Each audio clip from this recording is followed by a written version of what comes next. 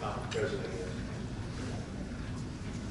When I first went to the conference as a young Mason, getting overwhelmed and wearing my cute little jacket and tie with my, just looking all pretty and things.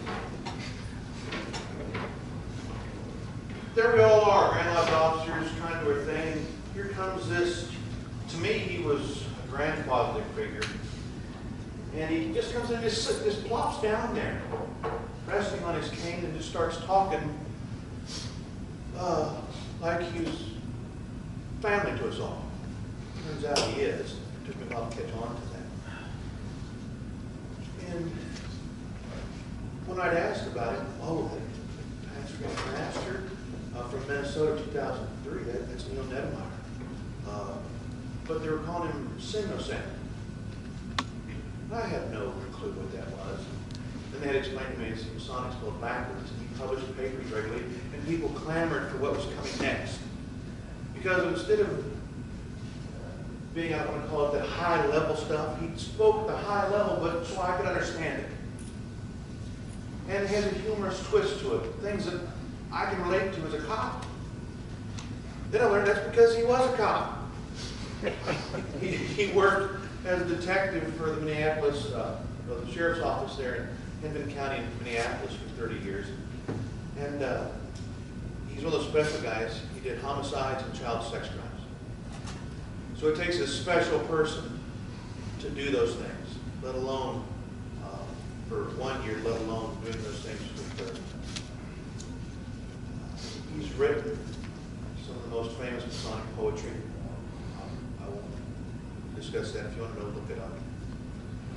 He's a 33rd degree Scottish Rite Mason. He is past president of the Minnesota News Council. When I was searching for a bio picture for him, up pops this picture of him in his minister outfit with the collar and the cassock and everything. And I wasn't aware of that. But the part I think he may be most proud of, and doesn't speak of much, he's a recovering alcoholic. And he's not ashamed to admit that. So I wasn't going to have him stand at the podium. I wasn't going to make him sit on a plastic table. I wanted him to sit like I saw him first. My vision in my mind. In a comfortable chair for a nice little fireside chat with us. And he asked if I had any constraints or anything, and I said no. I said, you can have up to whatever you want. So, Grandmaster. Good day. Good day. Well, I got an hour.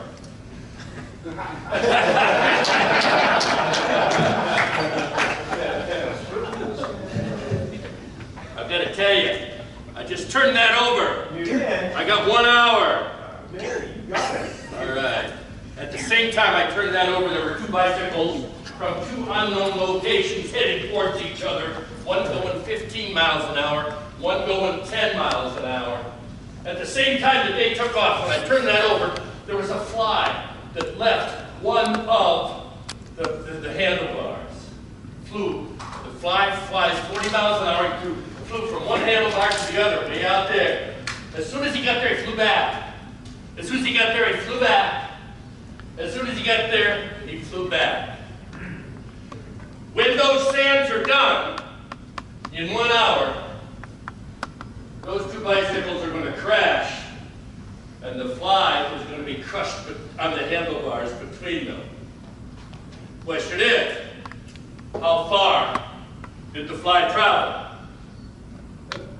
Now, some of you guys in the front row are pulling out your cell phones. In the second row, your calculators. In the third row, some of your older guys got slide rules. One guy in the back's got an abacus. But the truth is, it's a trick question. I already told you the answer. The whole thing took 1 hour. The fly flies 40 miles an hour. The fly flew 40 miles. How tough is that? The rest of it's superfluous. You don't like that word? I'll come up with another.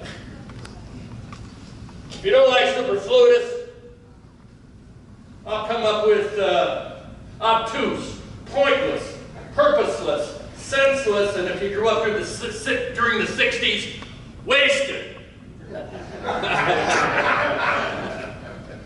Let me tell you this, my friends. So much of our Masonic history is bicycle stuff. It's interesting, it's fun to learn, it's fulfilling, but it's not really what we're necessarily about. I have a disclaimer here, and I think you should hear it. You may strongly disagree with any opinions, conclusions, or ideas that I come up with during this speech. That's fine. If you throw things at me, that's okay. But please don't hit the hourglass, they're too expensive to replace. An additional problem with me might be that too many of our leaders, including myself, were born during the 1/3 of the last century. Which means I grew up without an internet. I grew up the old-fashioned way, and what I'm going to talk about eventually today is the new-fashioned way. Can we get a slide? Oh, there's the bicycle. Can we get slide 3, please?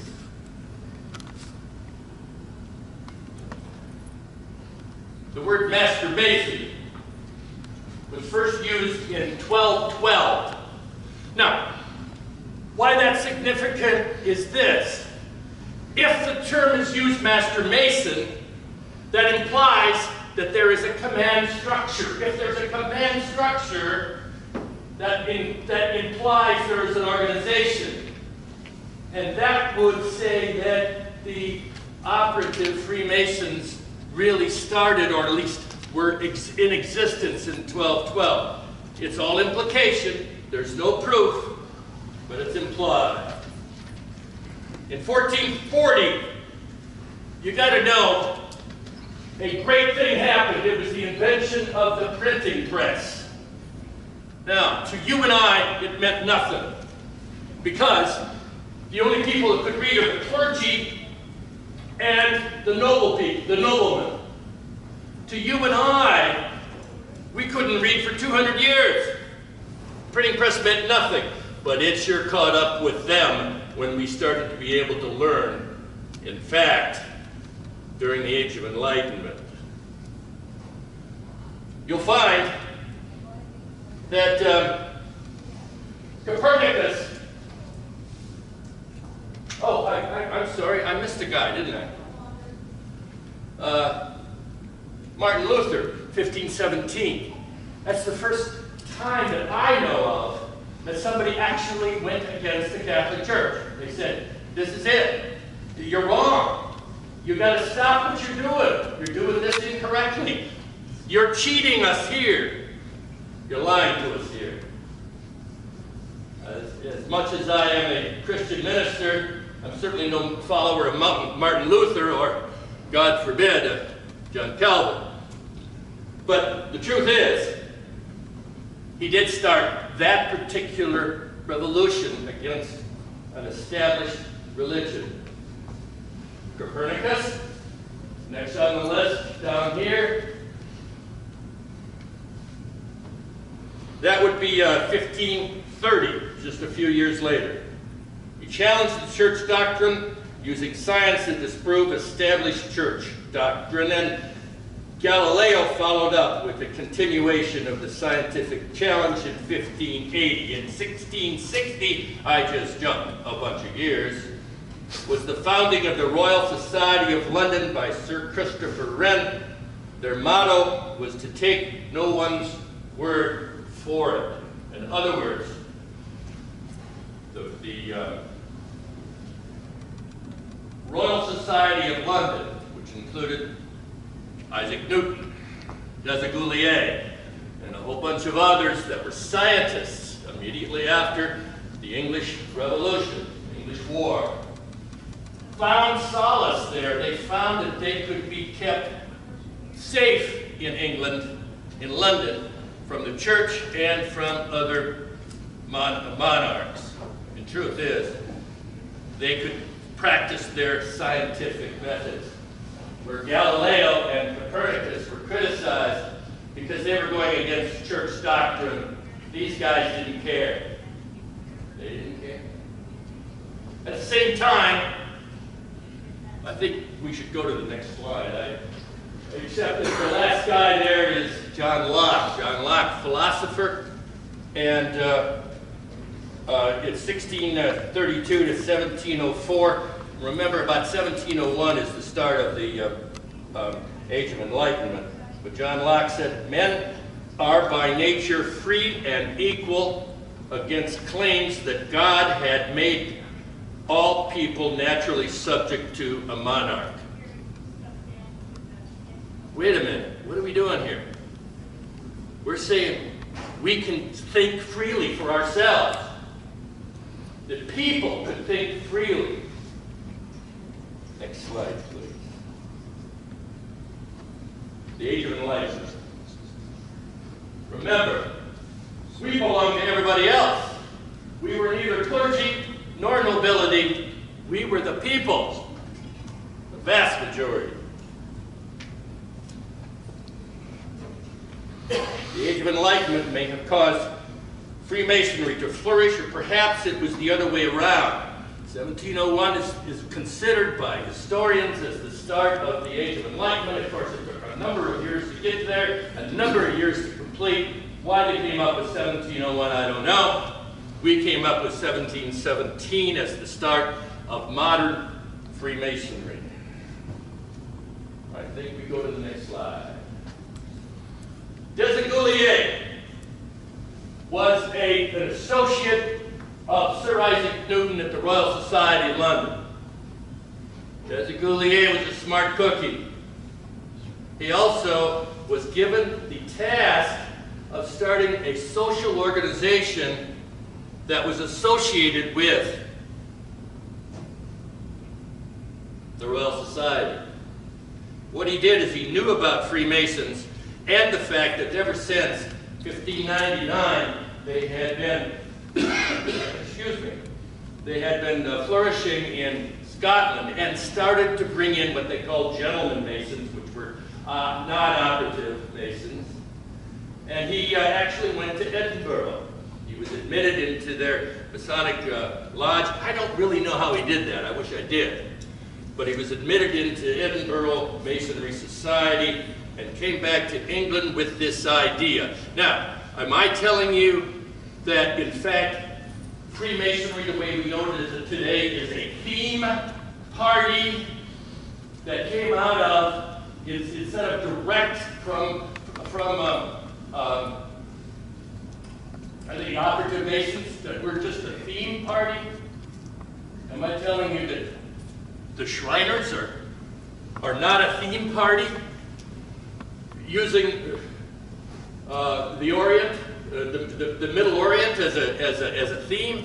Am I telling you the Knights Templar and our Scottish Rite is a theme party using the Knights Templar with no direct connection with them? Am I telling you that we're a theme party from operative Masonry? Yeah, I am. You may not like it, I'm sorry. But I'm telling you we're a theme party. Desaguliers brought it over from Scotland. He was the third Grand Master. The second Grand Master was George Payne. George Payne set up the actual way that we, or that England, organized their Grand Lodge and their lodges and trials, and he set up a lot of the way things were, but it was Desaguliers that brought over the traditions. Are they connected with ancient craft masonry? Yeah, they are. But not like we would want them to be. Next slide, please.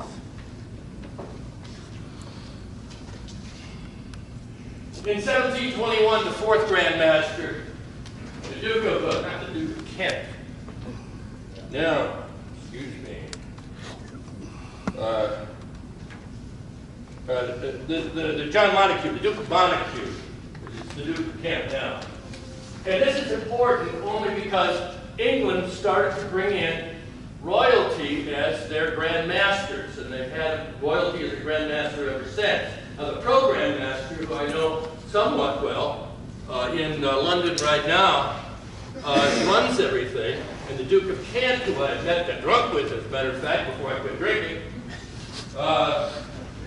the Duke of Kent has taken this guy's place. They don't know who's going to take place because they're taking a look at the two sons right now, Charles, and neither one of them have shown any want or need to go ahead. But that started it. Now that's something you got to remember because we rejected that particular idea. I think it was a small little undertaking in 1776. In 1738, you got to know that Pope Clement XII issued the first papal bull. What did he do?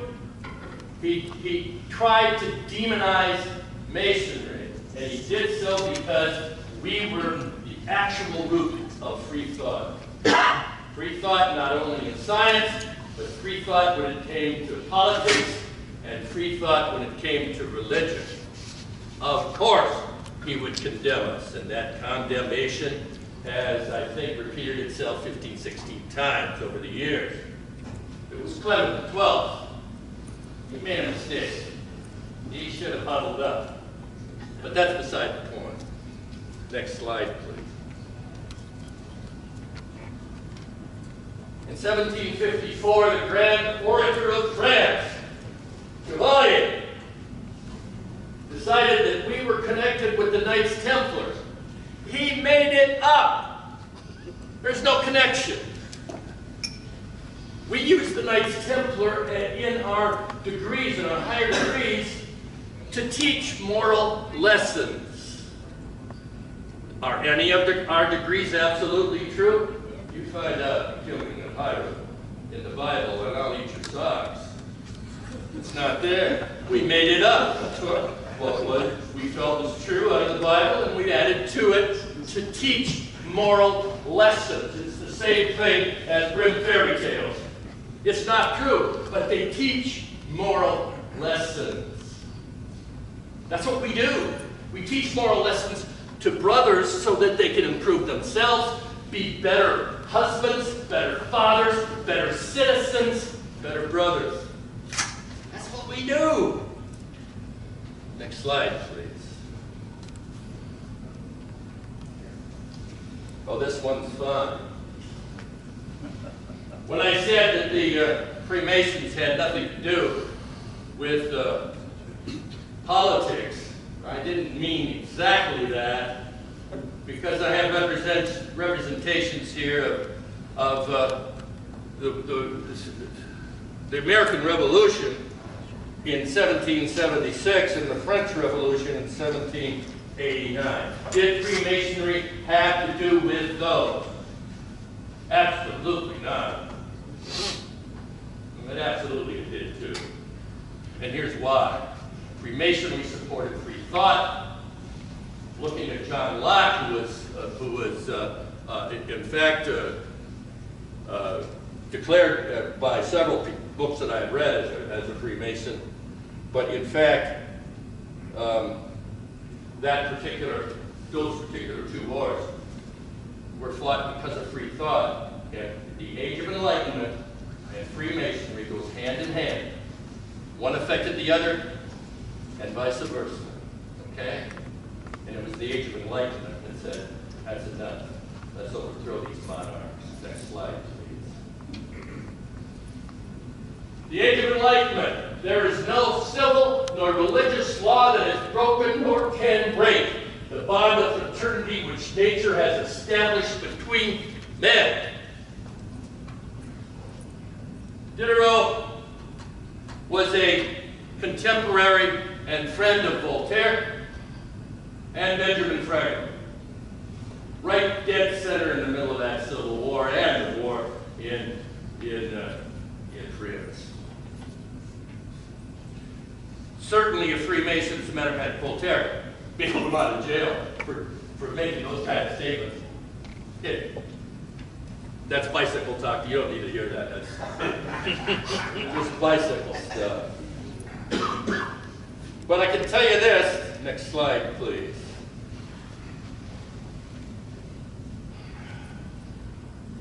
Let's think about for a second religion and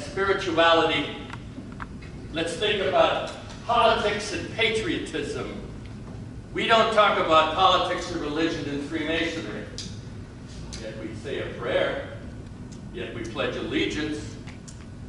We believe in spirituality and patriotism, putting religion and politics aside, putting it on a little bit, talking about what that means to our future. That we don't step over the line, but we can go right to it. You got to know that the speaker earlier today talked about the Morgan incident. And the Morgan incident was a trigger mechanism that the United States, the people of the United States, decided that they couldn't stand any more of Freemasons being elected in sheriff's positions, to the city council, to the mayor positions. And in fact, we were taking the place of nobility of England. We were taking that place. We had just fought two wars, namely the Revolutionary War and the War of 1812. And in fact, we were rejected because we put ourselves on the pedestal of being nobility. That's what really went wrong. In 1850s, we turned that around and decided that what we would do is start doing philanthropies for the public. The first ones were, frankly, orphanages. We needed, in fact, the PR. Next slide, please. Now I'm going to, I brought the chair brought up because I frankly didn't know if I was going to be able to stand this long. And I'm figuring, you know, if you can stand me, I can stand you.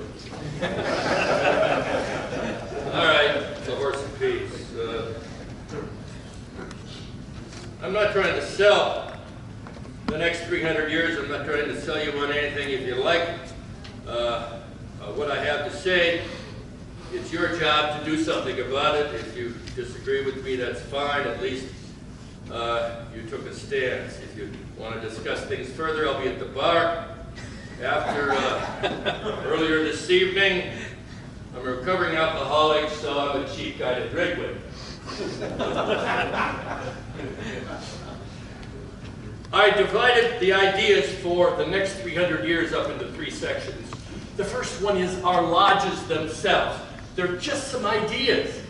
Take it or leave it. These are ideas to just spur in the back of your mind other ideas that you want to go with. I don't care if you go with this. This is just something off the top of my drunken head. Well, I was sober when I did it, though. So let me tell you, first of all, lodge positions should be filled with required reports. Instead of a secretary's and a treasurer's report in each lodge meeting, they should be printed and distributed before the meetings, perhaps at the dinner beforehand. That leaves nothing to do during a meeting. Nothing. The magic part of the meeting to me. Here's the magic part. The magic part is those doors are closed. I can say damn near anything I want in here, and it'll stay in here because it's full of brothers. I know it's not tiled, but we tile our lodge meetings. The ceremony of tiling it causes us to take things seriously and to know that we're separate from the rest of the world. The rest of the world's out there. We're in here. That's important. That's really important inside. That really has to do with brotherhood, that we are special in here with the door shut. So what do we do to fill up the meeting? I suggest we take our brand new people, maybe even entered apprentices, and start assigning them duties to go out into the world and to come back and report during our meetings. One of the duties. Wouldn't it be great to have a newer Mason go to your city council meeting and just sit down there? Just sit there. Doesn't contribute. I can tell you that would be required to come back to the next lodge meeting and tell you what's happening in city government. Instead of getting some reporter's idea about it or some newsletter from the city council, he'll report to you what he thought happened at the city government. I can guarantee you the second time he shows up and sits down and says nothing, they're going to find out who the hell he is. I can guarantee you that. And when he says, I'm just making a report for the Freemasons here in town of what's going on, you better believe you're going to be able to get your food stand license approved in the next potato days.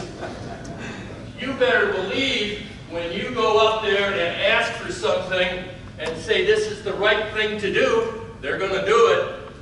All he did was show up at 2 meetings. He shows up at the third as a damn revolution. I suggest you send another brand new Mason to your Chamber of Commerce. Maybe to your city planning. Maybe another new Mason is assigned to submitting articles to the press about what's happening in your lodge. Maybe another new Mason is assigned to keeping the lodge roster up to date. That's no small task. Maybe another lodge brother is charged with contacting every widow once per year. Yeah. And every one of those guys is asked to give a presentation at every single meeting as to what they've done. What does it do? Does it really tell you what the widows are up to? That's not the point. The point is, it's opening your minds to possibilities that were beyond where we were before. It's bonding that brother with this fraternity, and it's simply making us feel better about being Masons. How tough is that? How tough is that?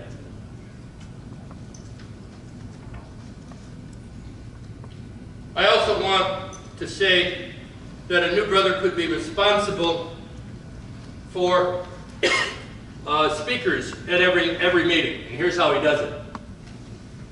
He finds out in your lodge, Benevolent Lodge number 865, whatever, that in fact, we can divide all of our brothers up in 12 categories. From the 12 months of the year that they were raised. And he tries to call as many as possible that were raised during the month of November, and he calls them in October. And he says, you're going to be introduced at the lodge meeting in November. You're going to be asked what it was like when you were raised, what was different, what you remember about being raised. And you're going to be asked, maybe if you want to limit it to 3 minutes, how Masonry has affected your life. Oh my. So much information out there that we don't know about, that we lose because of from year to year in our own lodges. It's not a bad idea. I'm not suggesting you do it. I'm suggesting you consider ideas like it. I also like the idea of, in your city, take a look at what's happening that you could talk to your city council about. How about handicapped accessibility? Oh, one time I wanted to try to get the mayor of Wayzata, my lodge, in a wheelchair and tell him to go up to an ATM. That didn't work very good. But I gave it a shot. But a photograph of somebody trying in a wheelchair trying to get up to that ATM presented at a city council meeting might go along a lot further. You don't have to bring kids out from the Shriners Hospital to make a point. You can do it with anybody on the street. I'm not suggesting that we be the prince holding the flag for handicap accessibility. It's just one thing that we might consider in our lodges for the future.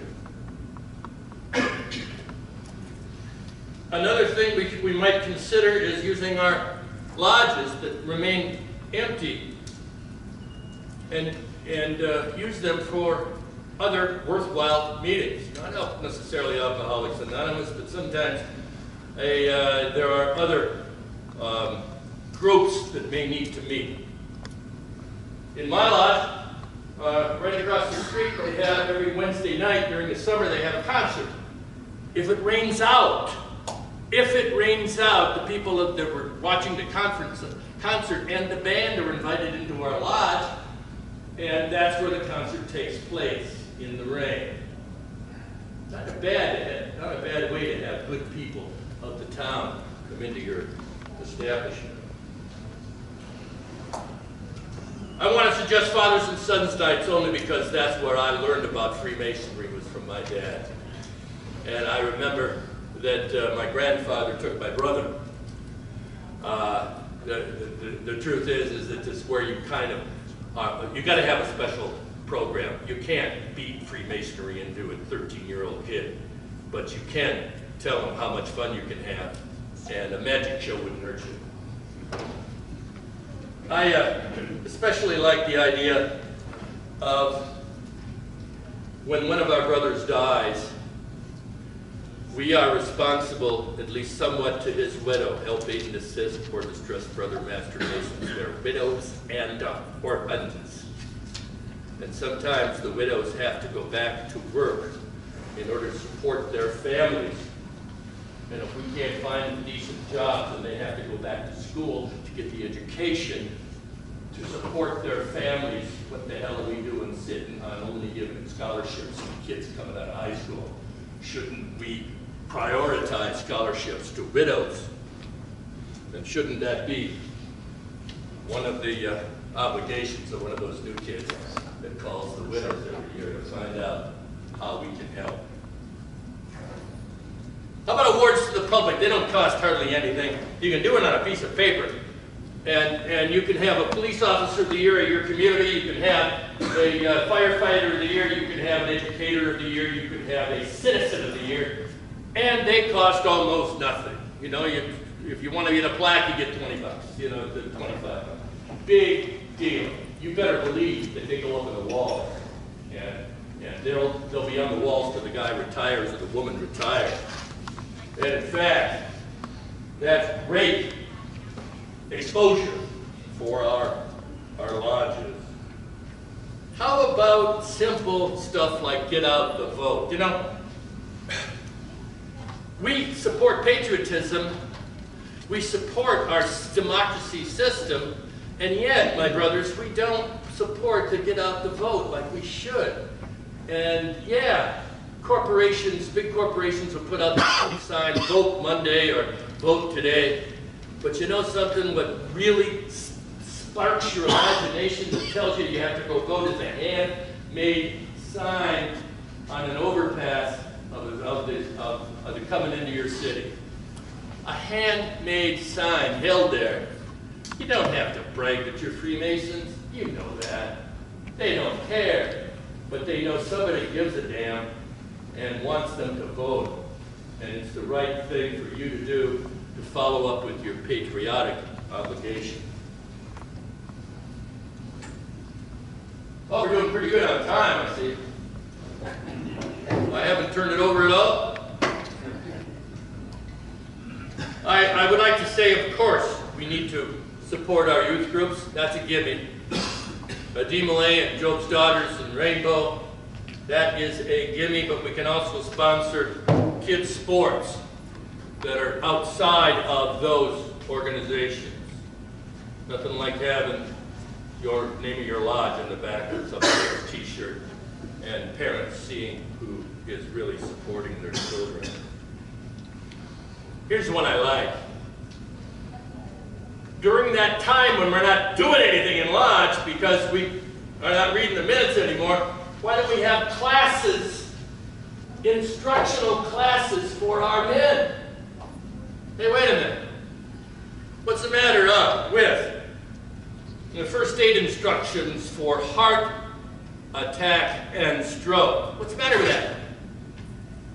Should we not know that kind of stuff? about classes on using a defibrillator? How about self-defense classes for wives and daughters? Times are tough. The self-defense doesn't mean that they're going to beat you up, guys. The self-defense means that they're going to watch themselves when they go into a dark parking lot. They're going to be aware of where they're at. They're going to maybe know a couple of physical moves to get out of a situation that they don't want to get into. There are pros out there that would gladly volunteer their time to do that. I'd like to point out that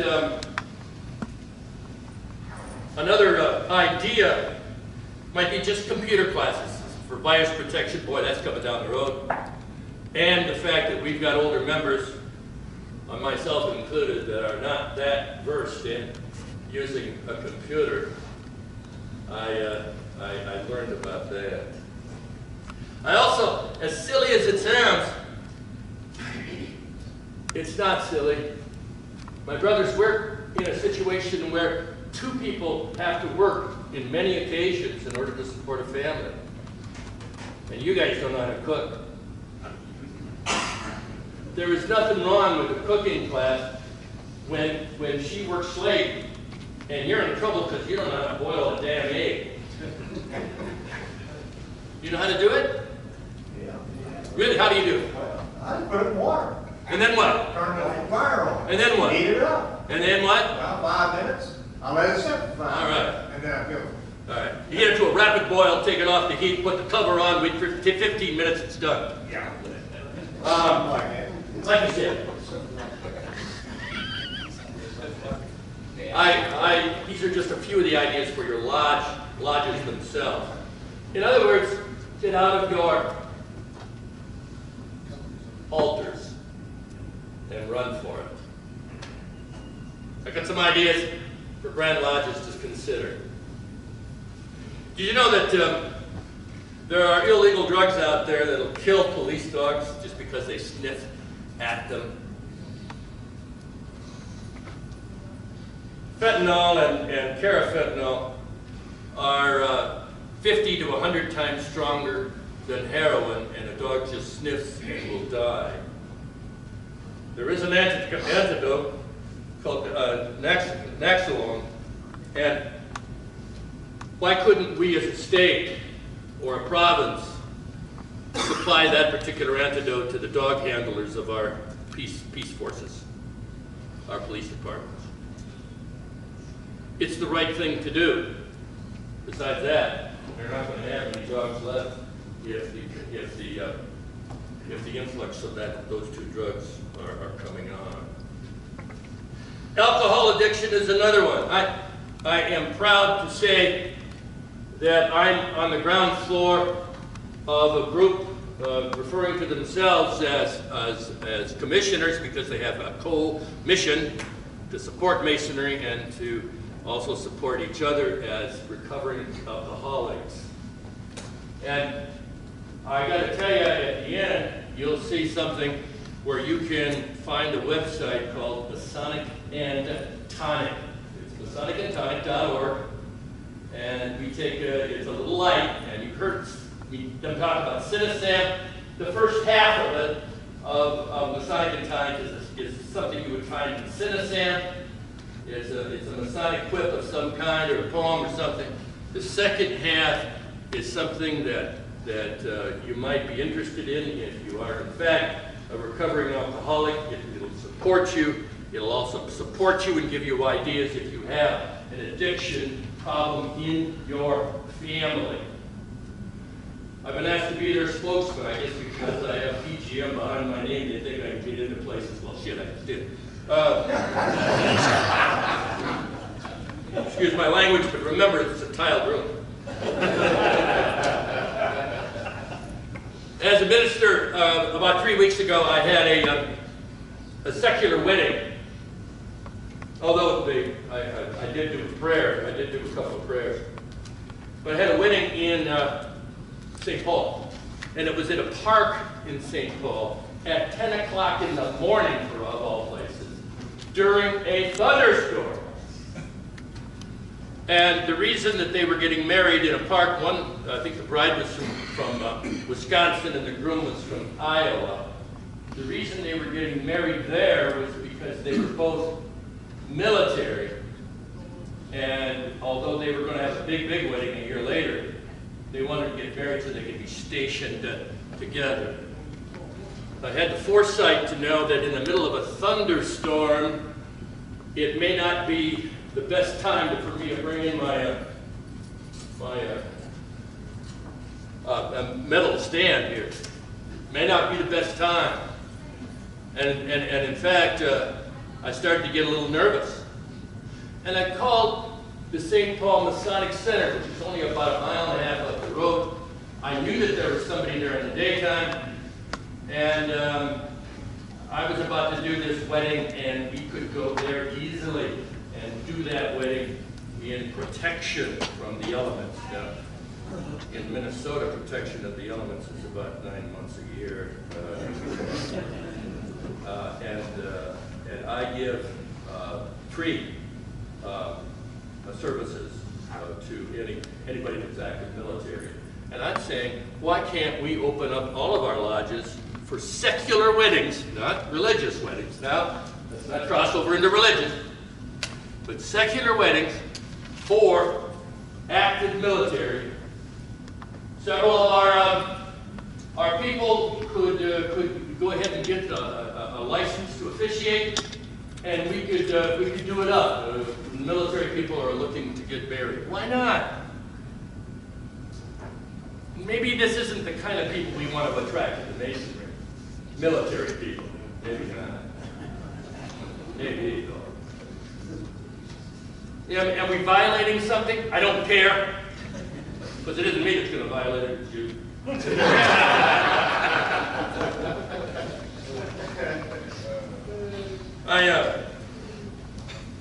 I'm suggesting that during those secular weddings, yes, you could have a couple of older guys that have the license to officiate, but you could also have the National Sojourners, a group of Freemasons that were officers in the service. They could coordinate those particular weddings for us. It's not a bad idea to partner up with another Masonic group. I also think the Grand Lodges, and Mike will like this one, might want to develop a standard form to give lodges 501c3 status instead of 501c10. That way any monies that you donate to a lodge could be tax deductible. Trust me, your donations will increase a great deal. There's a lot of restrictions. Obviously, you can't deduct your dues. And monies donated have to be put aside into a separate fund. In Wyzetta's case, in my lodge's case, the separate fund happens to be a museum, a library, and a scholarship fund. Now, you can only use 30% of that as administrative, but we really have no administrative costs whatsoever. So we pay off some of the electric bill, some of the heat bill, we pay off the Wi-Fi internet connection, and the lodge doesn't have to pay out of their own pockets for the scholarships. They're coming out of the scholarship fund, which is a 501c3. Now, I think there's maybe a couple of ways of doing this, and there's restrictions on this. The best way to do it is have at least one person on the committee that's not a Freemason. My wife volunteered. Yeah, like hell she did, but but railroad, yes. But in truth, guys, that's one way of doing it. And you have a meeting once a year. You decide who gets the money. The master of the lodge is happy as the dickens because you're saving on his budget, and we have Saturday morning education meetings at our lodge anyway, and that's when we have the museum open and somebody can walk in anytime. Saturday morning for 2 hours. What we call a museum.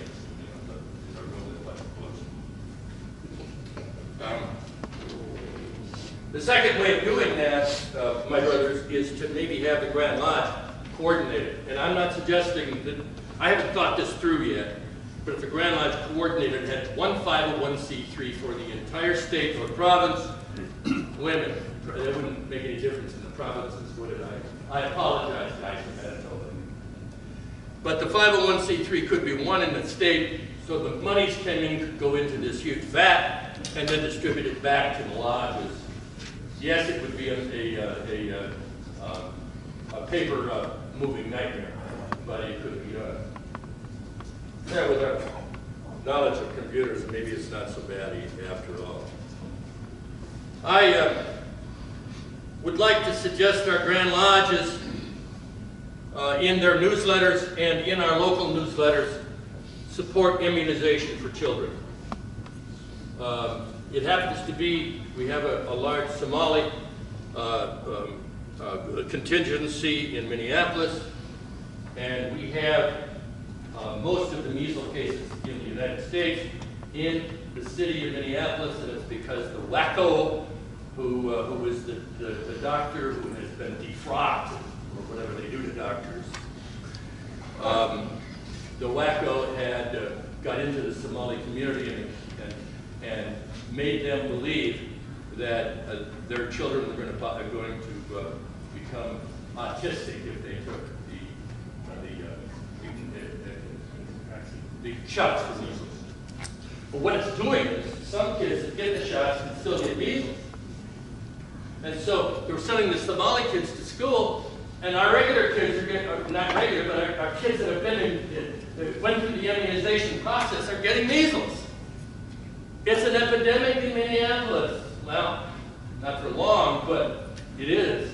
And why shouldn't we support immunization of children over the baloney? Remember the doctor that was defrocked? That's all.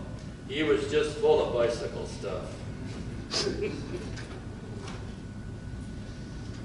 I'd like to get into some nationwide and worldwide concerns of Freemasonry. And I see I'm about 2/3 of the way back. The first thing we should do when we discuss, I think, is, as long as the door is shut, discuss racism. The first thing we need to do is clean up our own side of the street. What are we doing with lodges in North America that refuse to recognize Prince Hall, the organization that is closest to us than any other organization ever, founded by the same Grand Lodge in England that founded us? What are we doing when a couple of years ago, because Minnesota recognized Prince Hall, several lodges in the South wouldn't allow Minnesota Masons to go and visit their lodges without approval of their Grand Secretaries or their Grand Masters? What are we doing? What are we doing? I know this is the Midwest, and I know we don't have a direct connection, but if you do, and if you can talk it up, do the right thing, we got to clean up our own side of the street. Another thing for the next 300 years. You got to know that there's people that believe us that when we say we're connected with the Knights Templar. And you also got to know that there are Islamic fundamentalist terrorists that are still fighting the Crusades. And I don't doubt that in the future, Freemasonry may be the focus of some of their terroristic attacks. Do you want to continue that myth? Fine. If you do, that's fine. Maybe there's no danger. Maybe there is. Maybe you should think about that. It's something to think about. Oh, and they're the crazies of the world. But we got all kinds of crazies in the world. I'm going to take a break here from from that just a minute to tell you about the crazies of the world. I heard a friend of mine, Dave Emery, a fella came up to him, and he was dressed as a Freemason, my friend was, and he said, "You guys are trying to take over the world." And Dave said, "We already have. It's called democracy." Another friend of mine, a lady, I wasn't there, but another friend, a lady, came up when we were doing Kids Idea at the State Fair in Minnesota, walked right up to a past Grand Master of ours and said, "You people are a sexist organization because you don't allow women." And he said, "Well, of course we're a sexist organization. We're a men's support group. We teach men to be better men. That's what we do. We're a support group." And she sat down and she said, "I suppose you guys need that too."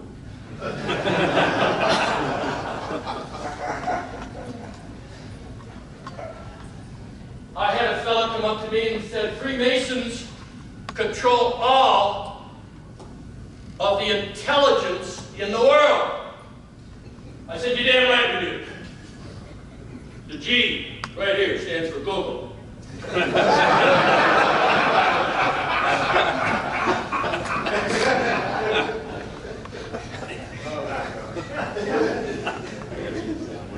So much for the crazies. Oh, my next one is, I support us trying to get our Shriners, our Shrine bands, or our Shrine drum dual corps and gay pride parades.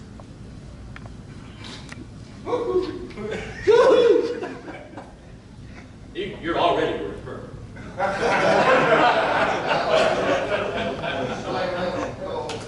Does any family here, I don't want to see a show of hands, but does any family here not have somebody in their extended family who is not gay, who is gay? Everybody does. Current not doing I've got, what's that? We have a current master, not those. We have lodges in Minnesota that are more gay than not. At least 2 of them, I think. They cook a pretty damn good meal. So what are we doing? Sitting back here when we have openly gay members and we don't acknowledge them? Just a little shrine band and a little gay parade. You better believe it's going to hit the local newspaper, and we are going to look like princes among men. We are going to look sensational.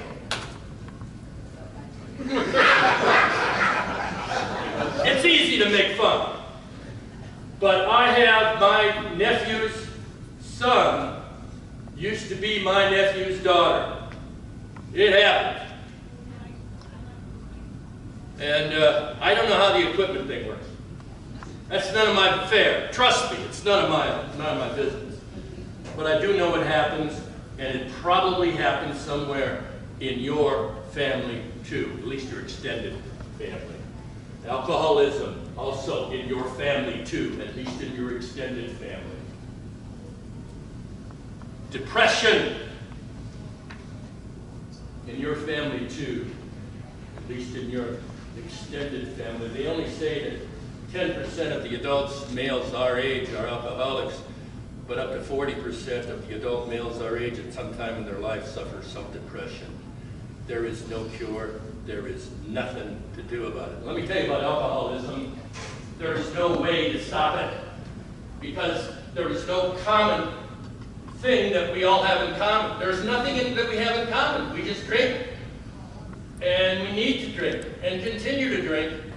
Some of us, AA works for a great deal. And you'll see in Masonic and Tonic, we support AA 100%. It never worked for me. Those were kind of wackos out there to me. Well, I guess I'm a wacko to them too, but it never worked for me. I had to wake up one morning and either face withdrawal or face another drink, and it wasn't, trust me, brothers, at a certain point, it's not a hangover, it's withdrawal. It's 3 days of absolute hell. And I went through it because I didn't want to be that person anymore. I was already a past Grand Master. I spent 3 years being drunk. Well, I think it was 3. I lose track of time. A lot of things happened during that 3-year period that I remember. I just don't remember the order that they happened in.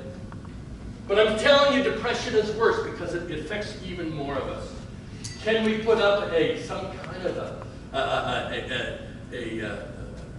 a force to help Freemasons through areas of depression? The reason I brought up that about alcoholism is that there is no really common cure for depression. There's a bunch of them, but not one good one that everybody can fall into. Maybe a support group is the best thing that we could do for them. I'm suggesting, I'm getting too old and I'm not going to do it. You guys do it here. I also would like to talk about religious tolerance. At the state level or at the local level, why can't we take 3 or 4 lodges, or a Grand Lodge for that matter, put a group of us together, as many as that want to come, and go visit a mosque, a temple? Why can't we go spend a night calling these people, letting them know we're coming? We can help. We can go visit a Catholic church. We can go to every major religion in our area and find out what's happening. What are we doing? Well, we're learning. This is true education. We also are showing that the main street of men in this world, that's you guys, incidentally, the main street of good men in this world are interested and compassionate. Why shouldn't we do that? Well, we've started it in Minnesota. It hasn't taken place yet, but we've started the idea, and I think it's going to go. You might consider that. Why can't you do that? Knock it off a night from a lodge meeting, invite a couple of other lodges, and then go visit a temple or a mosque.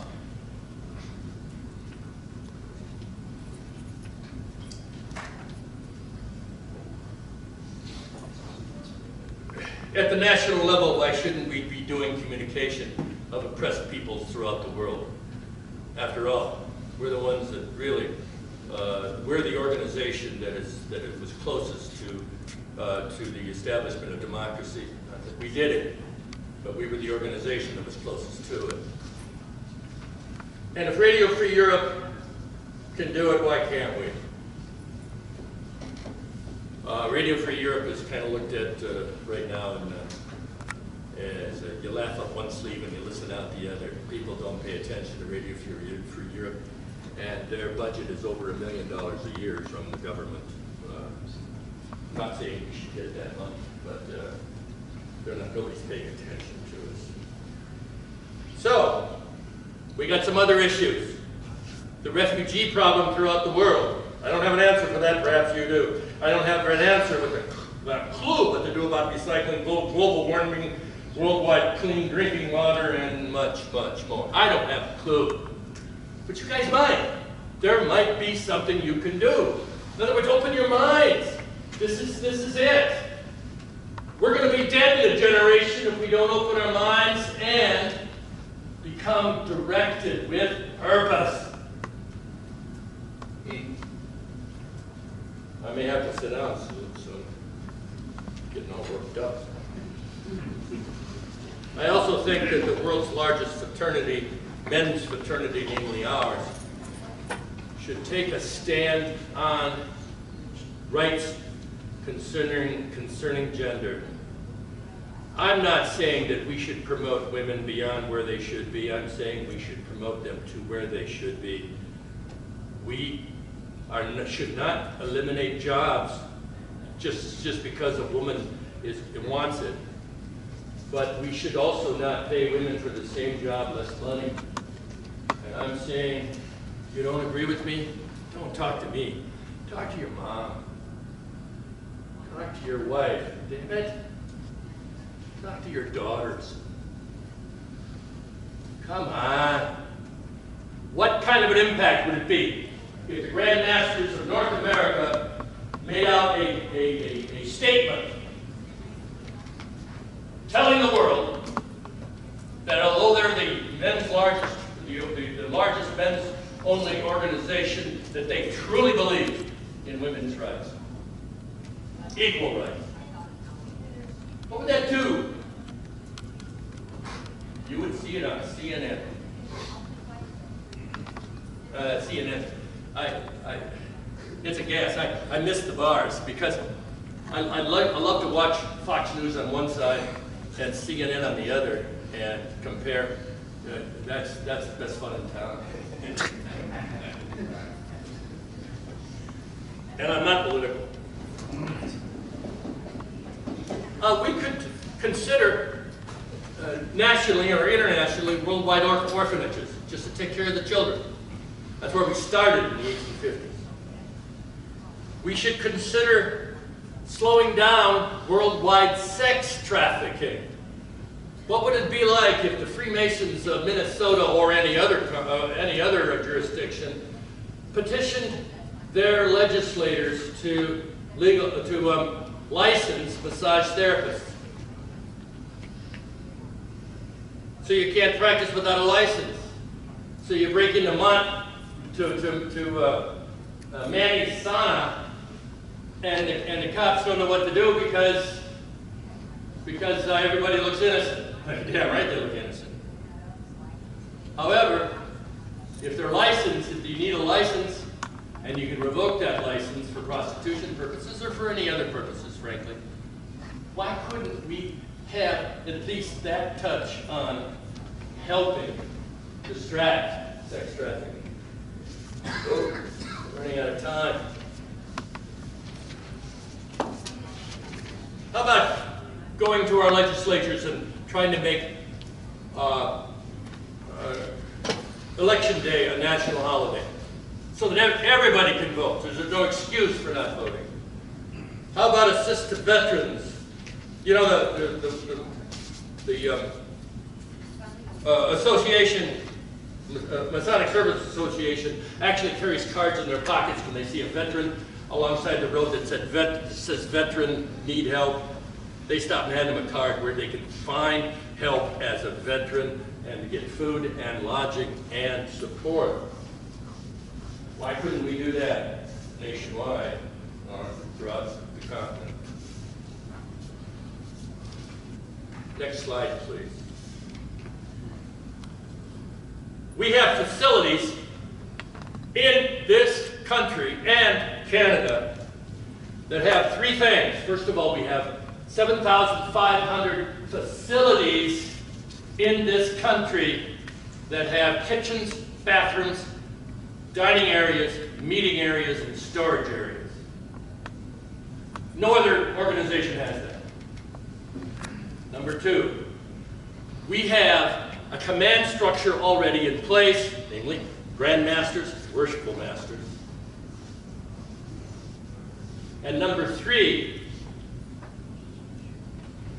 we have 1 to 1.5 million volunteers that have one thing in common: shared empathy.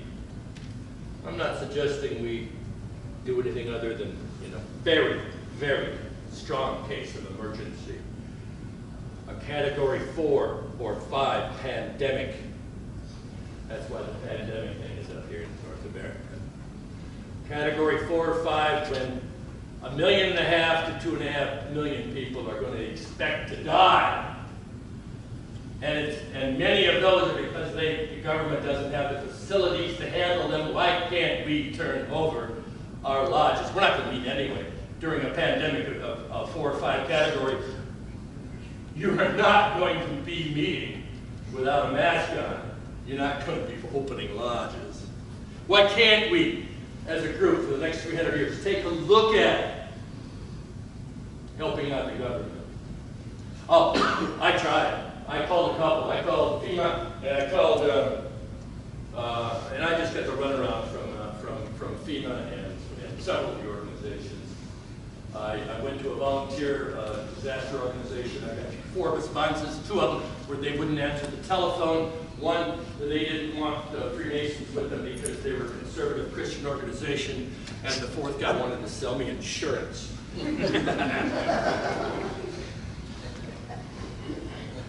It's a thought. Next slide, please. Coincidentally, the last one, don't go back, but the last one could, in fact, Category 4 or 5 pandemic could be also used in the case of a post-nuclear attack.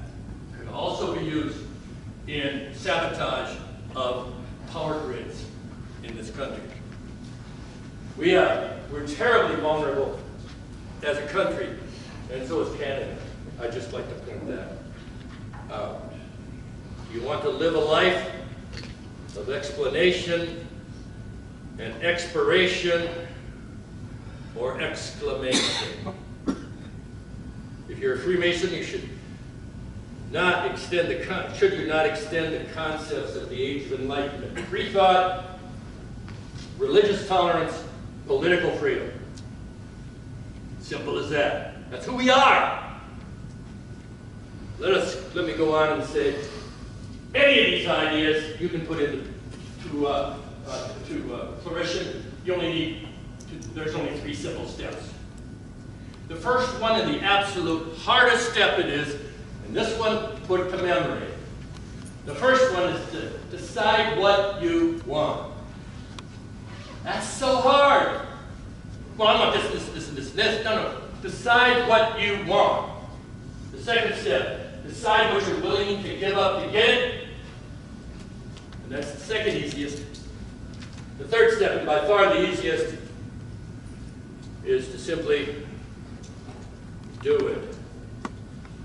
Don't let our obsession with the past ruin our possibilities for the future. Next slide, please.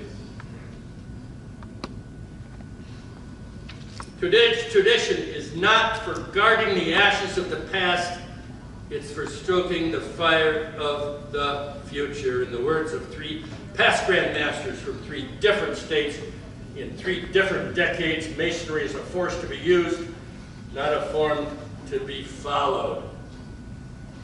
I'm out of time. The bicycle's just crashed. The fly is dead. Don't just sit there, my brothers. Get started. Get started now. Last slide. That's who I am. I'm free. Get started now. If you want a sign from God, I guarantee you, within the next week, God will give you one. You'll block out the sun in the middle of the day.